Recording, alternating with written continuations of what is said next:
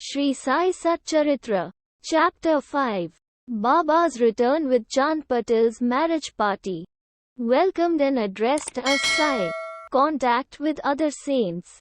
His dress and daily routine. The story of the Padukas. Wrestling bout with Modin and change in life. Turning water into oil. The pseudo Guru Jawahar Ali.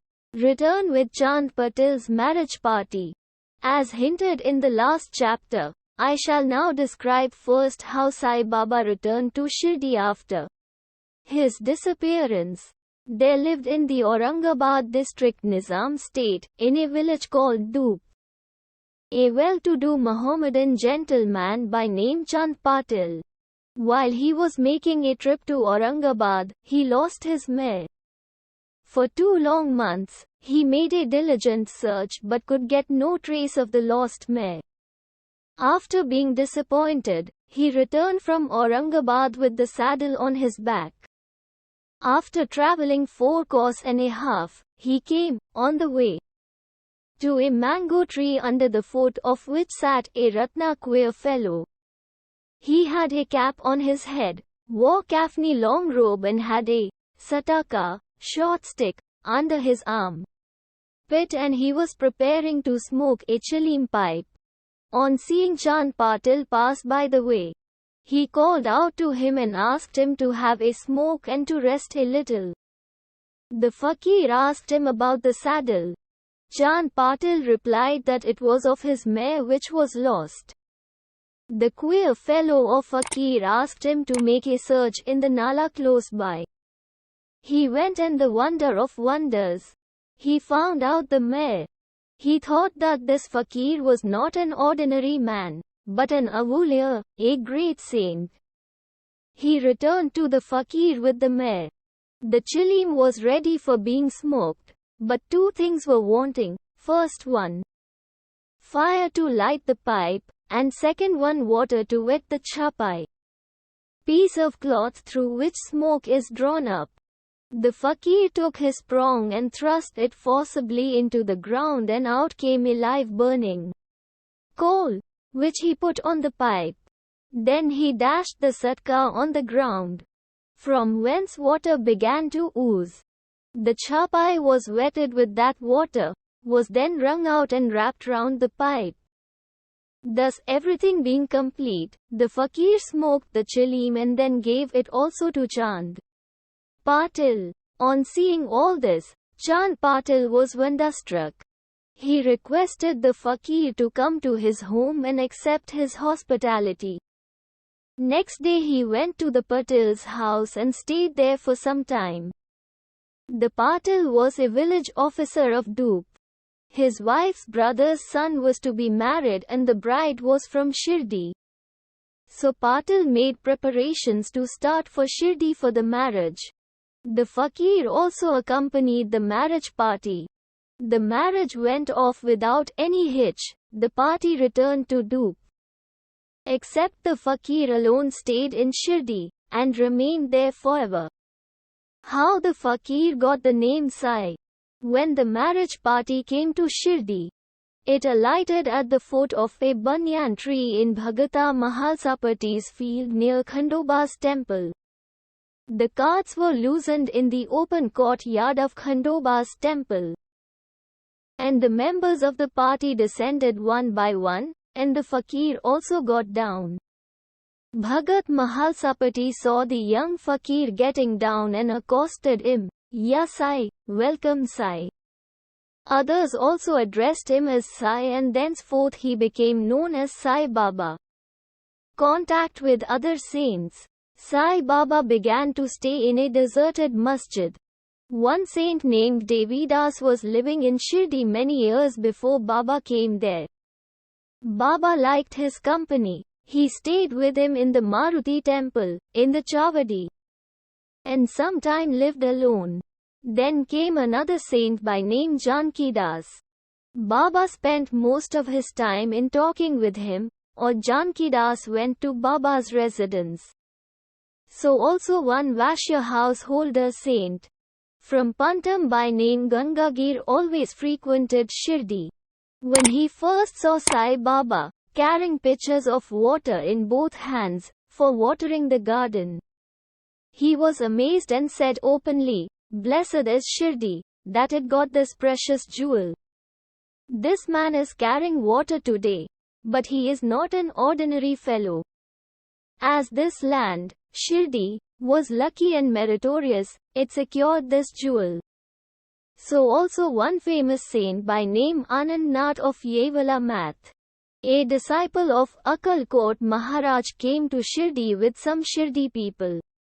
When he saw Sai Baba, he said openly, "This is a precious diamond in reality. Though he looks like an ordinary man, he is not a ordinary stone, but a diamond. You will realize this in the near future." Saying this, he returned to Yevala. This was said while Sai Baba was a youngster. Baba's dress and daily routine. In his young days, Sai Baba grew hair on his head, never had his head shaved. He dressed like an athlete. When he went to Rahata, 3 miles from Shirdi, he brought with him small plants of marigold, jayaranji, and after cleaning, he planted and watered them. A devotee by name Vamantatya supplied him daily with 2 earthen pitchers. With these Baba himself used to water the plants. He drew water from the well and carried the pitchers on his shoulders. In the evening the pitchers were kept at the foot of the neem tree. As soon as they were placed there, they were broken, as they were made of raw earth and not baked. Next day, Tatya supplied 2 fresh pitchers. This course went on for 3 years, and with Sai Baba's toil and labor, there grew a flower garden. On this site, at present, stands the big mansion Samadhi Mandir of Baba, which is now frequented and used by so many devotees. The story of Padukas, footprints, under the neem tree. A devotee of Akkalkot Maharaj by name Bhai Krishanji Alibajkar worshipped the photo of Akkalkot Maharaj. He once thought of going to Akkalkot, Solapur district, taking the darshana of the Padukas, footprints, of the Maharaj and offering his sincere worship there. But before he could go there, he got a vision in his dream. Akkalkot Maharaj appeared in the vision and said to him, "Now Shirdi is my resting place. Go there and offer your worship." So Bhai changed his plan and came to Shirdi, worshipped Baba, stayed there for 6 months and was happy. As a reminiscence of this vision he prepared the Padukas and installed them on an auspicious day of Shravan Saka 1834, which is 1900 Tulve AD, under the neem tree, with due ceremonies and formalities, conducted by Dada Kelkar and Upasani. One Dikshit Brahmin was appointed for worship, and the management was entrusted to devotee Sagun. Complete version of this story. Mr. B.V. Dev, retired Mamaladar of Thana, and a great devotee of Sai Baba, made inquired about this matter with Sagun Meru Naik and Govind Kamlakar Dikshit, and has published a full version of the Padukas in Sai Leela Volume 11, No 1, page 25.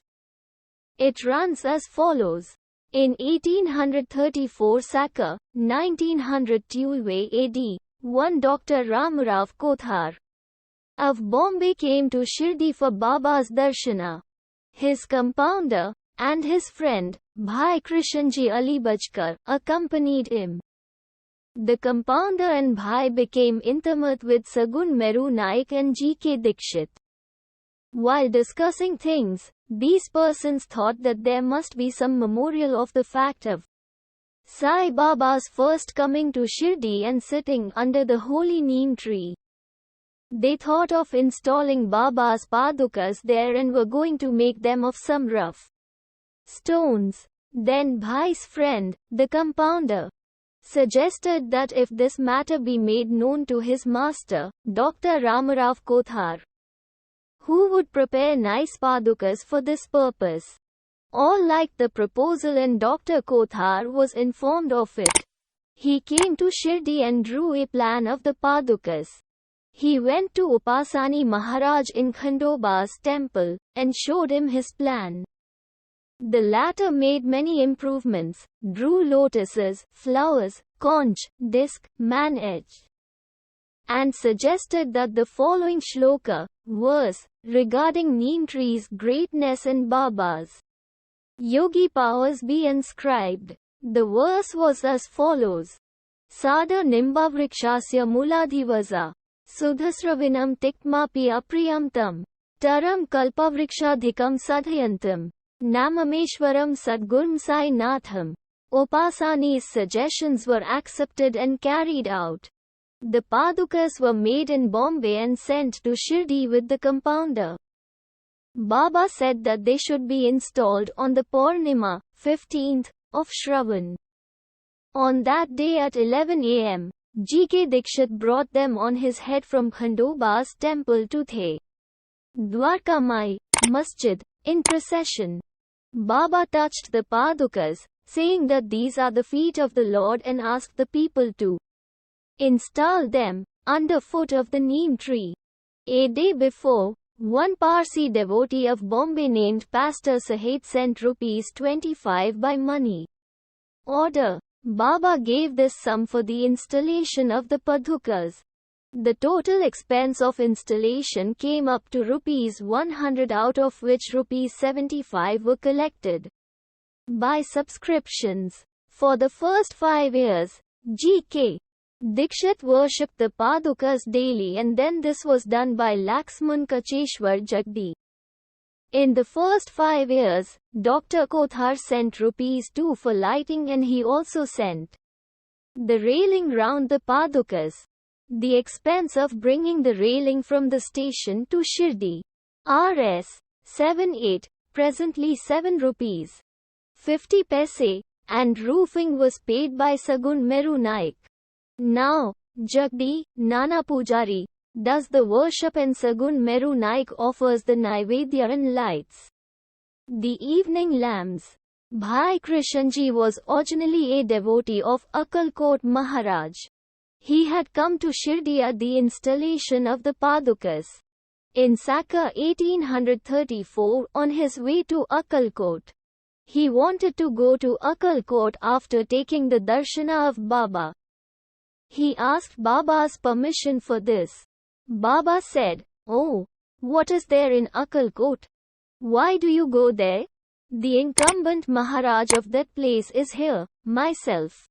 Hearing this, Bhai did not go to Akkalkot. He came to Shirdi off and on, after the installation of the padukas. Mr. B.V. Dev concluded that Hematpant did not know these details. Had he known them, he would not have failed to depict them in his Satcharitra. Resting bout with Modin Tamboli and change in life. To return to other stories of Baba. There was a wrestler in Shirdi, by name Modin Tamboli. Baba and he did not agree on some items, and both had a fight. In this Baba was defeated. Thenceforth, Baba changed his dress and mode of living. He donned kafni, wore a langot, waistband, and covered his head with a piece of cloth. He took a piece of sackcloth for his seat, sackcloth for his bed, and was content with wearing torn and worn-out rags. He always said that poverty is better than kingship, far better than lordship. The Lord is always brother, befriender, of the poor. Gangagir was also very fond of wrestling. While he was once wrestling, a similar feeling of dispassion came over him. And at the proper time he heard the voice of an adept, saying that he should wear out his body playing with God. So he too gave up samsara and turned towards God realization. He established a math on the banks of the river near Pantam, and lived there with disciples.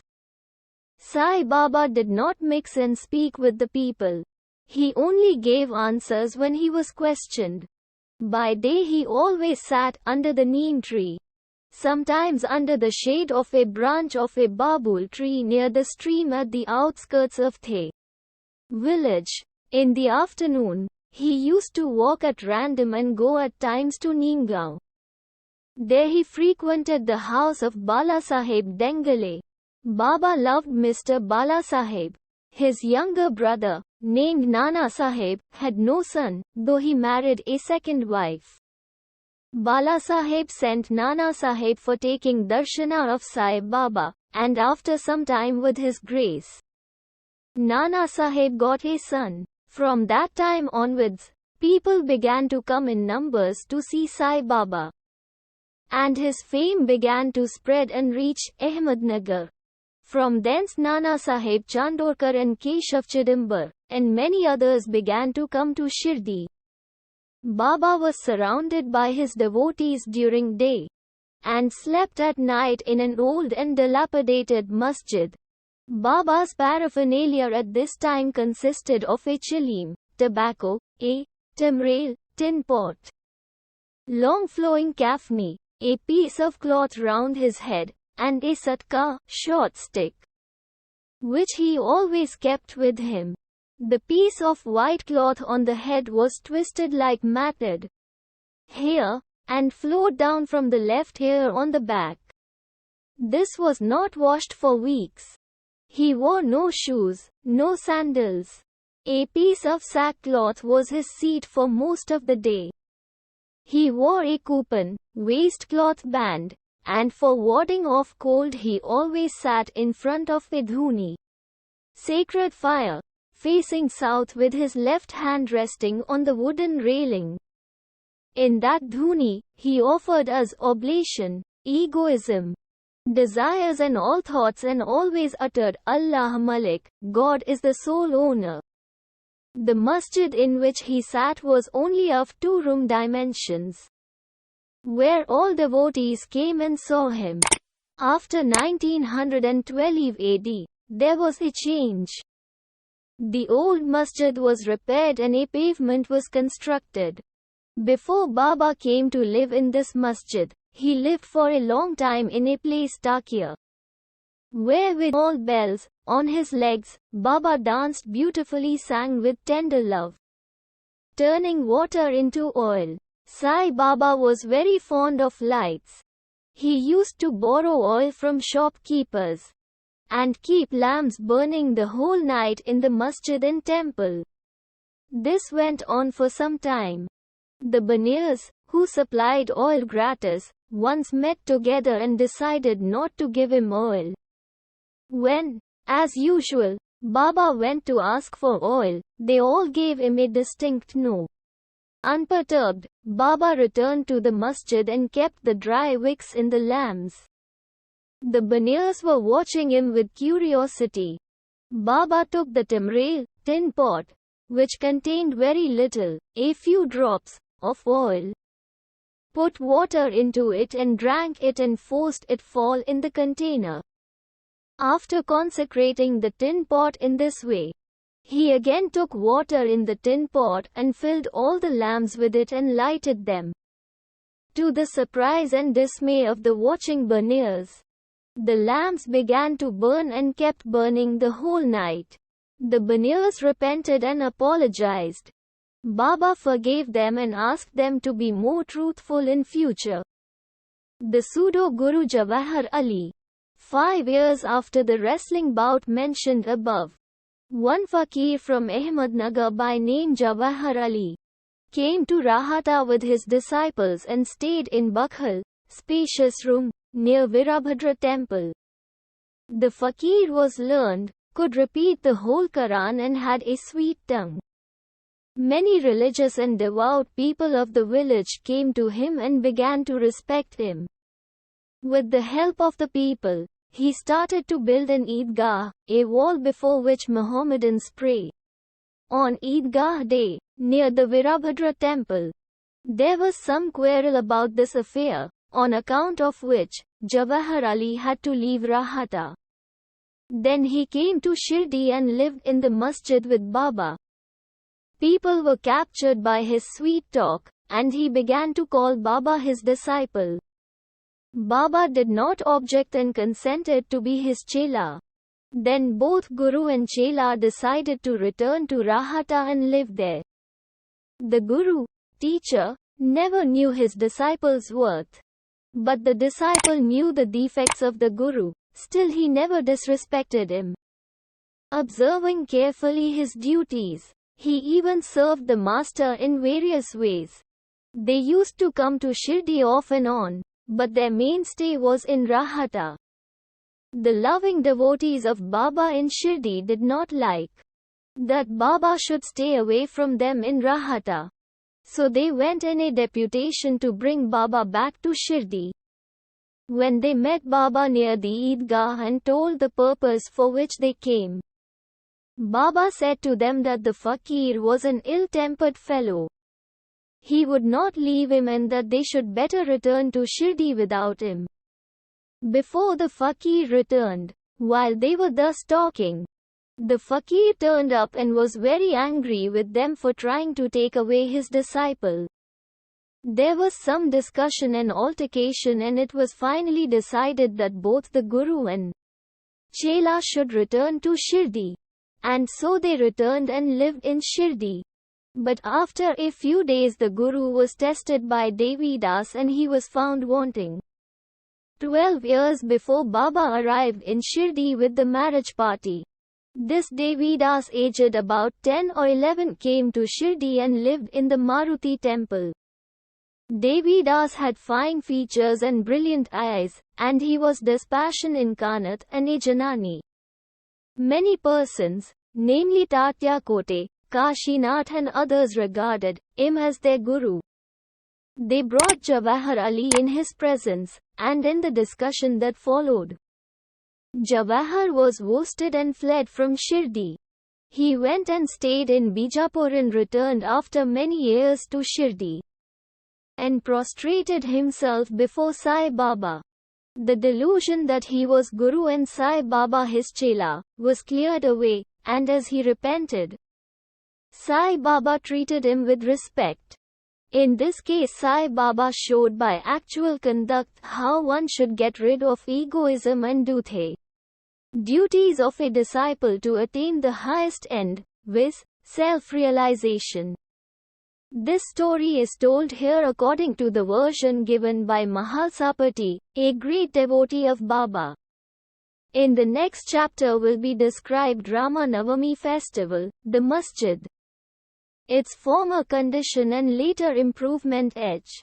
Bow to Sri Sai, peace be to all.